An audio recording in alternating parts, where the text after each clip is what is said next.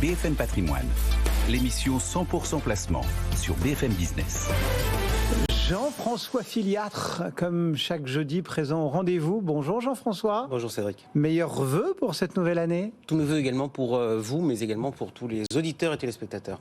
Oh là là, c'est quoi cette petite voix? Vous n'êtes pas optimiste, pas réveillé, pas... Ah ouais, c'est vrai, c'est le début de l'année, l'heure des vœux. On souhaite le meilleur en sachant qu'a priori la probabilité qu'il survienne est faible. Le moment où on doit prendre de bonnes résolutions, que de toute manière on sait qu'on ne tiendra pas. Eh bien écoutez Cédric, à l'heure où tout le monde se projette dans l'avenir, je vous propose de regarder dans le passé. Bon, donc vous voulez faire un bilan, enfin c'est toujours un peu de saison, de ce qui s'est passé l'an dernier, nous dire que les taux ont fortement monté, qu'il y a eu cette crise obligatoire, que les actions ont reculé, mais qu'elles ont quand même bien résisté, et que le CAC 40 n'a pas à rougir face à ses homologues? Non, tout ça c'est voir les problèmes d'en haut. Moi j'aime regarder les sujets d'en bas, et j'aime me positionner du côté de la micro et du côté de l'individu. Donc en cette période de l'année, on ne dit pas aux gens tous mes vœux pour tout le monde, on dit aux gens tous mes vœux pour vous et vos proches.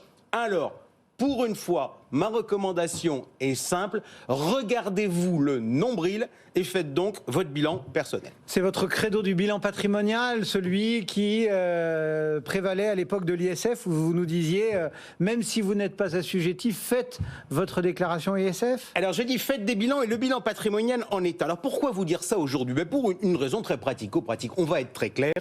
Piloter son patrimoine n'est pas toujours un exercice exaltant. Alors certes, ça peut être fun de choisir ses placements en se disant qu'on va trouver une perle. En revanche, la partie que j'appelle contrôle de gestion, elle est un brin rébarbative, raison d'ailleurs pour laquelle nombre de gens l'évitent. Donc là, on a une fenêtre d'opportunité. Pourquoi ? Eh bien parce que sur nombre de placements, les intérêts sont crédités en fin d'année et les relevés sont envoyés dans la foulée. Ça vaut pour le livret A, ça vaut pour le PEL, ça vaut pour l'assurance vie. Bref, l'information nous tombe tout cuit dans le bec sans avoir à faire trop d'efforts et on n'a du coup pas à se palucher tous les sites internet de ces intermédiaires. Bref, on a aisément le matériel de travail pour chercher ce que l'on cherche. Et du coup, on cherche quoi? Mais le premier sujet qui m'intéresse, et je vais vous surprendre, c'est le total de vos dépenses. Cédric, savez-vous combien votre foyer dépense par an? Bon, non, là, je n'ai pas la donnée. Alors, ça serait pourtant mieux de le savoir. Alors, pour plein de gens, en fait, l'exercice, il est relativement simple à faire. Pourquoi ? On part, en fait, de ces relevés de compte mensuels et on somme la liste des débits. Mathématiquement, quand même, va falloir faire quelques petites corrections. Par exemple, soyez gentils. Si vous avez 45 € de versement mensuel sur votre plan d'épargne logement, vous le déduisez de vos dépenses, parce que c'est pas une dépense, c'est de l'investissement. L'idéal, en fait, c'est de faire cet exercice sur les dépenses tous les ans pour voir comment ça évolue. Et puis après, on peut aussi sophistiquer en analysant les dépenses normales et les dépenses exceptionnelles, par exemple. Pourquoi vous vous focalisez sur le sujet budgétaire pour initier ce bilan patrimonial? Eh bien, parce que la gestion patrimoniale, elle commence toujours par un sujet budgétaire. C'est une évidence. Vous n'avez pas de construction de patrimoine si vous n'avez pas de capacité d'épargne. Mais la capacité d'épargne, en fait, c'est une différence. C'est pas un chiffre comme ça, c'est une différence entre, d'une part, ce que l'on gagne et d'autre part, ce que l'on dépense. Et ce que l'on gagne, en fait, on l'a assez vite en tête. Pourquoi ? Parce qu'on a sa fiche de paye tous les mois, on a le virement de ses allocations ou encore sa pension de retraite. Moi, je suis juste en train de vous dire, ouvrez vos chakras pour regarder les dépenses. Et voyez-vous, par exemple, si on parle d'épargne, quand on parle d'épargne des précautions, on fait souvent référence à des revenus en disant qu'il faut 3 mois de revenus de côté. Mais pardon, c'est une simplification à l'extrême. Parce que l'épargne de précaution, elle n'a pas vocation à faire face à des revenus, mais elle a vocation à faire face à des dépenses, donc autant les connaître. Bon, donc on check ses dépenses, et puis après, j'imagine qu'on parle de capacité d'épargne. Exactement, et la calculer en pratique, c'est pas toujours un exercice aisé. Alors, je disais tout à l'heure qu'on avait intérêt à faire son bilan actuellement pour des raisons pratiques. L'organisation, en fait, de vos comptes, eh bien, ça va potentiellement vous simplifier la tâche. Pourquoi ? Parce que si votre compte courant, par exemple, il est pollué par les opérations et les arbitrages que vous faites sur votre compte titre ordinaire.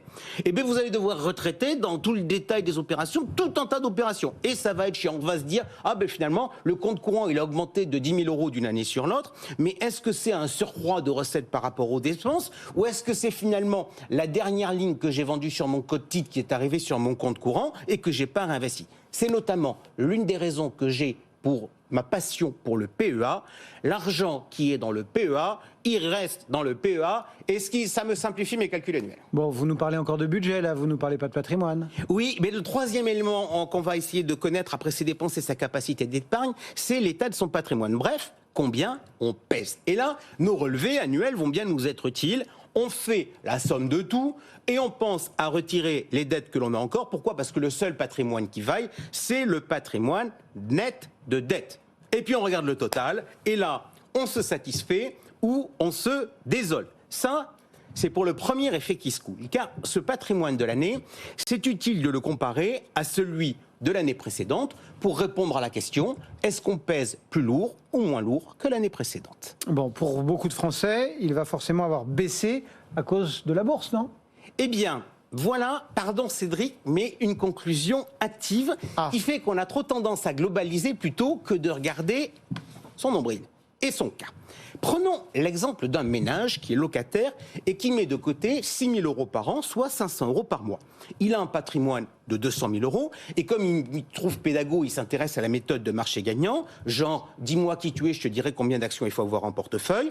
Donc je prends le chiffre qui sort le plus fréquent, il a 25% d'actions dans son patrimoine financier. Donc il a 150 000 euros sur du sans risque et 25% sur des actions. Le sans risque, je vais considérer qu'en 2022, ça rapportait 1%. Je ne prends pas un chiffre excessif. Pourquoi ? Parce que le livret A est nettement au-dessus, les fonds en euros seront nettement au-dessus, mais je sais qu'il y a également beaucoup d'argent qui dorment sur les comptes courants non rémunérés, donc je prends le chiffre de 1%. J'optimise pas donc. Donc 1% de 150 000, ça veut dire que ça va rapporter 1 500 euros. Du côté des actions, on va dire qu'on perd, le CAC 40 fait 9,50, on va prendre 10% pour simplifier les calculs. J'avais 50 000 euros, je perds 10%, je perds donc 5 000 euros.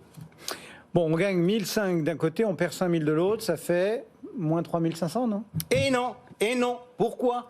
Parce qu'on a 6 000 euros de capacité d'épargne. Donc en pratique, mon patrimoine en début de période, c'était 200 000 euros, et mon patrimoine en fin de période, ça sera 205 000 euros 500.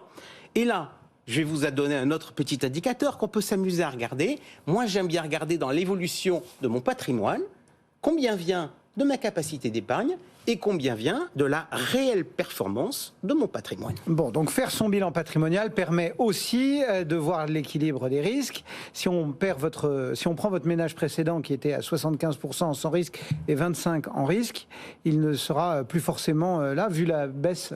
Eh bien, je vais vous faire une confidence. En réalité, l'impact des marchés aujourd'hui, il est relativement faible parce que moins 10%, c'est pas très important par rapport à ce qu'on avait notamment connu l'année précédente où on avait eu 30% de hausse. Et là encore, il faut faire attention à globaliser. Pourquoi ? Parce qu'en fait, en regardant le nombril, on va se rendre compte de quoi ? On va se rendre compte que la répartition du patrimoine, elle va très largement être dépendante de ce qui sont devenus ces 6 000 euros de capacité d'épargne. Si ce ménage les investit sur un placement sans risque, il y a une véritable déformation de la structure. Et dans ce cas-là, il faut qu'ils réinvestissent en actions. En revanche, s'ils les ont mis sur des actions, aujourd'hui, ils sont bien à nouveau sur le 75-25. Bon, on conclut ? Mais pourquoi se livrer à cet exercice du bilan personnel ? Déjà parce qu'on l'a vu dans notre exemple, un truc qui paraît être évident, pour tout le monde, en fait, peut ne pas l'être dans votre cas. D'autre part, pourquoi je défends cette idée-là ? Parce que souvent, sur nos investissements, sur sa situation financière, on travaille sur des croyances. Croire, c'est sympathique, mais savoir, c'est beaucoup mieux. Et pour savoir, il faut avoir des chiffres, il faut savoir comment on les a calculés. Ça donne de vraies bases pour prendre de vraies bonnes décisions et pour faire en sorte que l'année 2023 et les suivantes se passent le mieux possible. Allez, bonne année. Jean-François Filiatre.